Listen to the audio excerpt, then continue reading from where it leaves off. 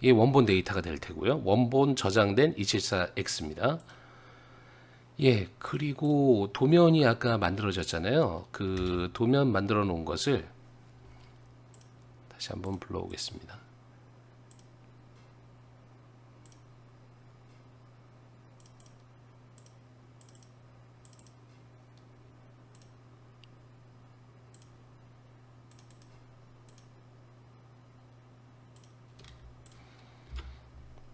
네, 이거는 고객의 제한도 해야 되면서 또 그 도면 보관을 해야 되기 때문에 PDF로 출력하시는 편이 좋을 것 같습니다. 그리고 274X로도 하나 해 놓으시면 나중에 뭐 외형선을 갖다 쓸 때든지 뭐 유용하게 쓸 겁니다.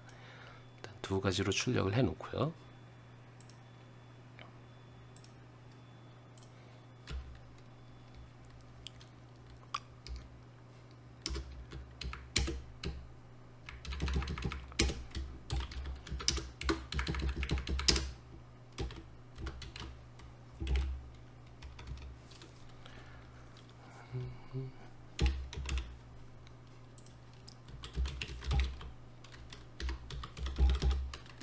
네, 드릴 드로잉이라고 이름을 바꿔 놓았습니다.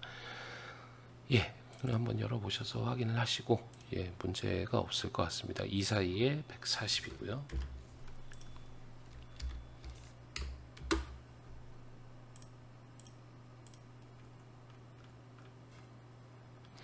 그리고 여기 가장 중요한 게 있는데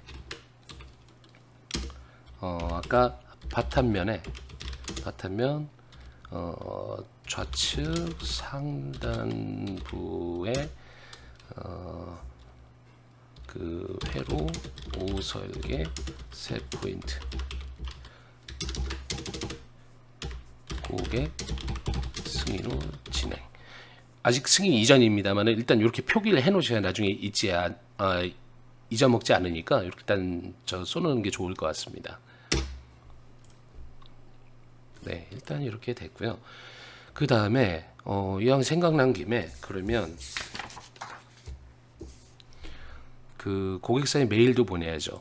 요거를 EQ를 보내야 되는데 아까 고객사 이름이 디코드였고 그리고 저희 회사 이름을 PCB랩으로 가정을 하고요.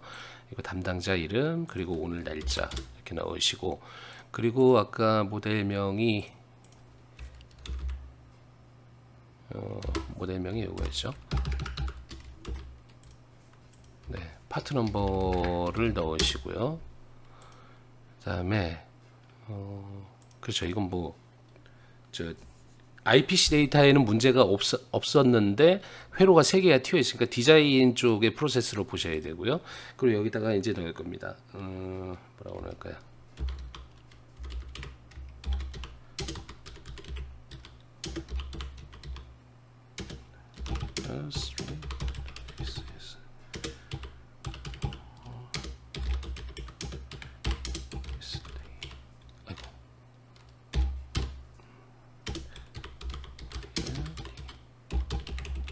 디자이닝.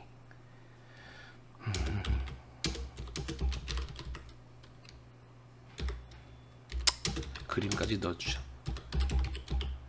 이렇게 해놓고 아까 제가 그림 파일 미리 오려놓은 게 있었다고 했지 않습니까? 그거를 이렇게 넣습니다. 그리고 제한을 해야 되는데 저희가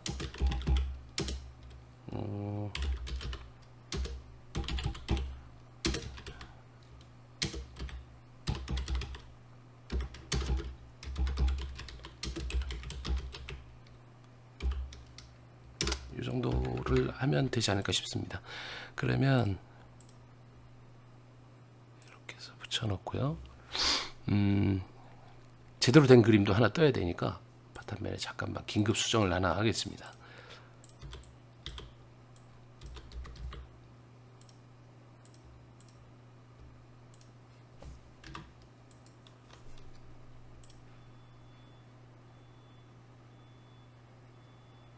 아이고.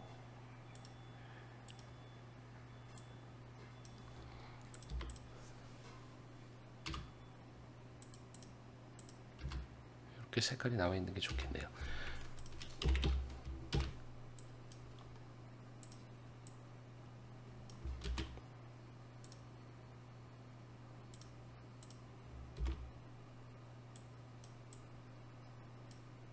예, 이 정도 하면 될 것 같습니다.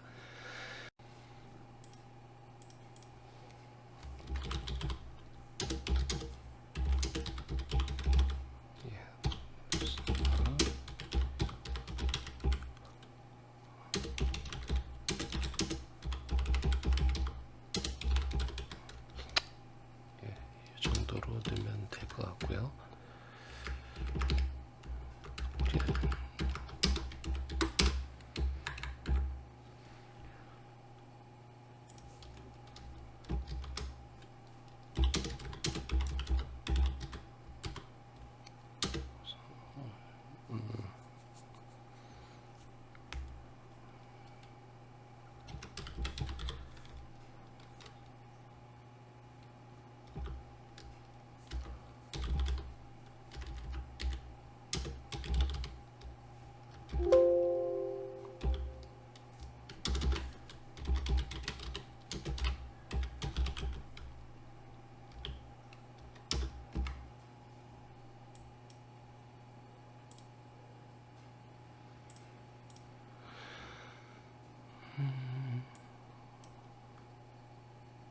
예, 이렇게 하면 될 것 같습니다. 뭐 저 하도 영어가 저렴하다 보니까 예, 일단은 그 문의사항이 하나가 들어갔고요. 문의사항을 내는 요령은 일단 문제점을 제시를 해주고 어떻게 하냐, 이렇게 일단은 하는 게 맞는데 어떻게 하냐라고 만약에 해버리면 왔다 갔다 하는 시간이 캠 사양에서 소요되는 시간이 너무 많습니다. 그래서 명확하게 우리가 고쳐서 이렇게 진행하면 될 것 같다라는 판단이 드시면 문제점을 제기하시고 이렇게 진행하겠다라고 이야기하시는 편이 가장 좋습니다. 네, 그리고 일단 문의 제한 사항은 이렇게 됐고요. 그리고 그 인식 마크라든지 그 기골 관련해서 세부 사항이 없는 것은 우리가 어떤 어레이 파일을 제시를 해줄 테니 거기에 뭐 승인을 해달라 이런 내용으로 넣었습니다. 예, 그래서 요거는 나중에 고객사 쪽에 뭐 다이렉트하게 보내시든지 아니면은 영업사원을 통해서 보내시든지 해서 결과를 빨리 내셔야만 다음으로 진행할 수 있으니까 저 메일을 보내시면 될 것 같습니다. 네, 그러면 일단 이렇게 해서 일단은 사양을 마친 것 같습니다. 빠진 게 있는지 다시 한번 확인해 볼까요? 네. 예, 일단은 그 파일명대로 들어왔고요. 그 다음에 관리번호, 그리고 BBT. 네, 그리고 도면 파일 들어있고요. 그 다음에 이건 캠에서 핸들링을 해야 될 거고, 커버 데이터에 원본 커버 데이터가 들어와 있고, 그리고 영업, 그리고 고객사에서 들어와 있는 데이터들을 확인을 했고요. 그 다음에 메탈은 캠에서 핸들링을 하면 될 테고요. 드릴 데이터 캠에서 하면 되고요. 그리고 EQ는 일단 보내놓은 것을 가지고 있고, 만약에 답변이 왔다 라고 한다면 아예 생각난 길에 같이 해볼까요? 예, 고객사에서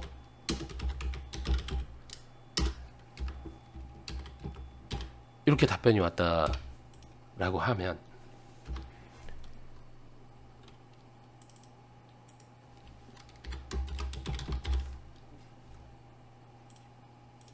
네, 이런 식으로 증거를 가지고 있어야 됩니다. 증거를 가지고 있어야 될 이유는 뭐 많겠습니다만 일단은 분쟁 발생의 억제입니다. 나중에 뭐 서로 그 소모적인 언쟁을 할 필요도 없고 뭐 너가 물어야 된다, 내가 물어야 된다 이런 얘기를 할 필요도 없습니다. 증거를 보여주면 될 일이니까 항상 이것은 꼭 가지고 계셔야 됩니다. 보낸 것은 증거가 되지가 않고 고객사에서 받은 이메일도 같이 어태치를 해주셔야 됩니다. 지금 이메일로 주고받은 내용이 아니기 때문에 그 첨부 파일만 넣었는데 받은 이메일이 있으면 당연히 이메일이 들어가야 됩니다. 이렇게 해서 넣으시면 되고, 그래서 가급적이면 전화로 하는 것들은, 전화로 문의사항을 주고받는 것들은 정말 좋지가 않습니다. 증거가 남지 않기 때문이죠.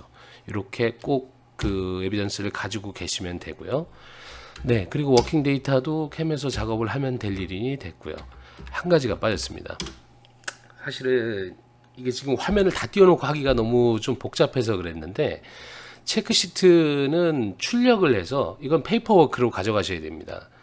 그래서 여기에 업체명에 이건 지금 어떻게 할까요? 잠시만요.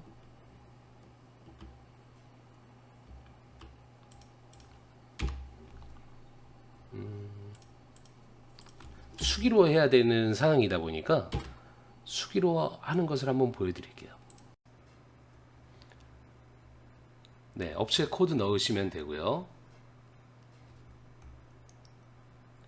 예, 그리고 아이고 죄송합니다. 예, 이쪽에 업체 코드와 업체명을 넣으시면 되고, 그리고 날짜 넣으시면 되고요. 그리고 사양 작업자 성함을 이쪽에 넣으시면 되고, 그리고 회사마다 가지고 있는 어떤 코드가 있으면 넣으시면 되고, 그리고 아까 전에 그 파일명, 모델명 있지 않습니까? 모델명 넣으시면 되고, 그리고 층수 아까 4층이었으니까 4층 넣으시면 되고, 판넬 사이즈는 아까 기억을 더듬어 보시면 512에 612였지 않습니까? 그 사이즈 넣으시면 되고, 그리고 도면과 데이터의 치수는 동일한가? 동일했죠. 그리고 첨부 도면의 특이사항 및 어레이 정보를 확인하였는가? 동일했죠. 이런 것들을 하나하나 확인하면서 체크를 쭉 해주시면 됩니다. 이렇게 쭉 해놓고 요거를 페이퍼워크로 꼭 가지고 계셔야 되는 건 나중에 어떤 공정심사라든지 이런 오디티를 받을 때 꼭 필요한 서류 중에 하나거든요. 그렇기 때문에 이걸 건성으로 작성을 하신다던가 하면은 어떤 회사 등록이나 뭐 이런 것들에 대한 그 불이익이 떨어질 수 있기 때문에 반드시 하나하나 꼼꼼히 체크를 하셔야 됩니다. 그리고 번거롭다고 해서 사양 쪽에서 캠까지 미리 다 체크를 하시는 경우가 간혹 있는데 이렇게 체크를 하시면 안 됩니다. 왜냐하면 사양에서 체크를 해놓은 것을 이중 검토한다라는 차원에서 캠에서 다시 한번 보는 거기 때문에 이건 반드시 캠 쪽에서 작성을 하시면 됩니다. 네, 이렇게 해서 일단 데이터 체크시트 작성하는 법까지를 알려드렸고요. 저희가 한 가지가 빠진 게 있습니다. 적층 구조 관련한 내용인데, 적층 구조는 일단 동박 점유율을 계산을 해서 거기에 레진이 얼만큼 빠지는지, 그리고 미리 시뮬레이션을 한 값을 가지고 작업 지서에 반영을 하면 됩니다. 그 부분에 대해서는 바로 설명드리도록 하겠습니다. 예, 일단 동박 점유율을 계산을 해야 됩니다. 동박 점유율 계산은 내층을 하시면 되겠죠. 프리프레그가 내층에 의해서 빠지게 되니까요. 그래서 일단 외층은 필요가 없으니까 외층은 빼겠습니다.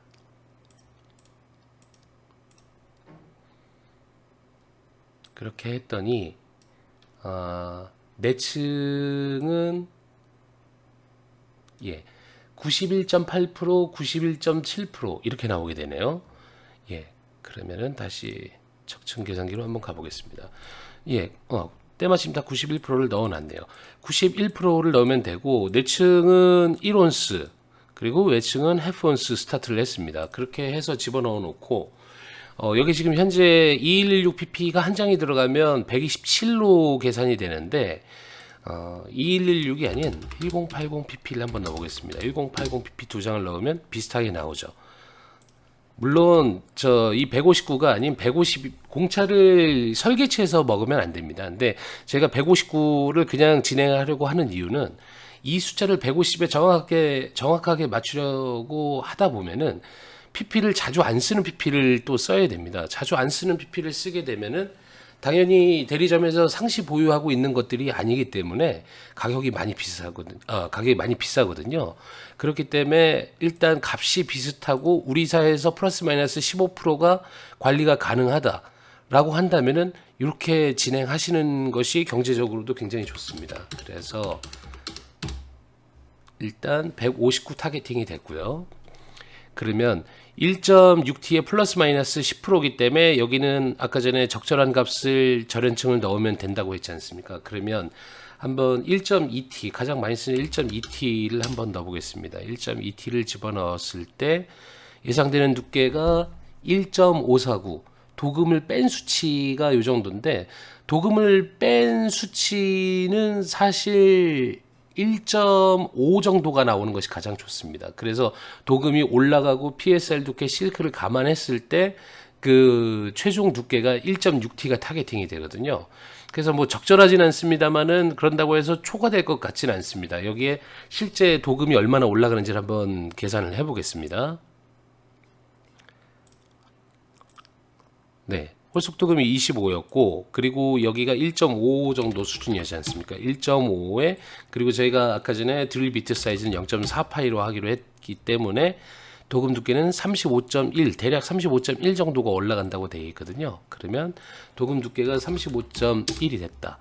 그러면 이렇게 되는 겁니다. 1.6T 그리고 PSR 두께가 한 15에서 20 정도 올라간다고 생각하면 30 그러면 1.65 실크가 10 하면 1.67 이런다면은 1.6T의 플러스 마이너스 10% 안에 들어가게 되죠. 이 정도로 하면 될 것 같습니다. 그래서 적층 구조는 이렇게 해서 진행을 하면 될 것 같습니다. 이렇게 사양관리 실무 예제를 하나 해보았습니다. 사양과 캠은 제조 시발 부서로서 이곳에서 잘못된 사양이나 캠은 검출되지 않는 큰 분량으로 직결됩니다. 외워서 답을 다는 시험이 아닙니다. 차분하게 자료를 검토하여 단 하나도 놓치지 않는 스마트한 엔지니어가 되시기를 빌어봅니다.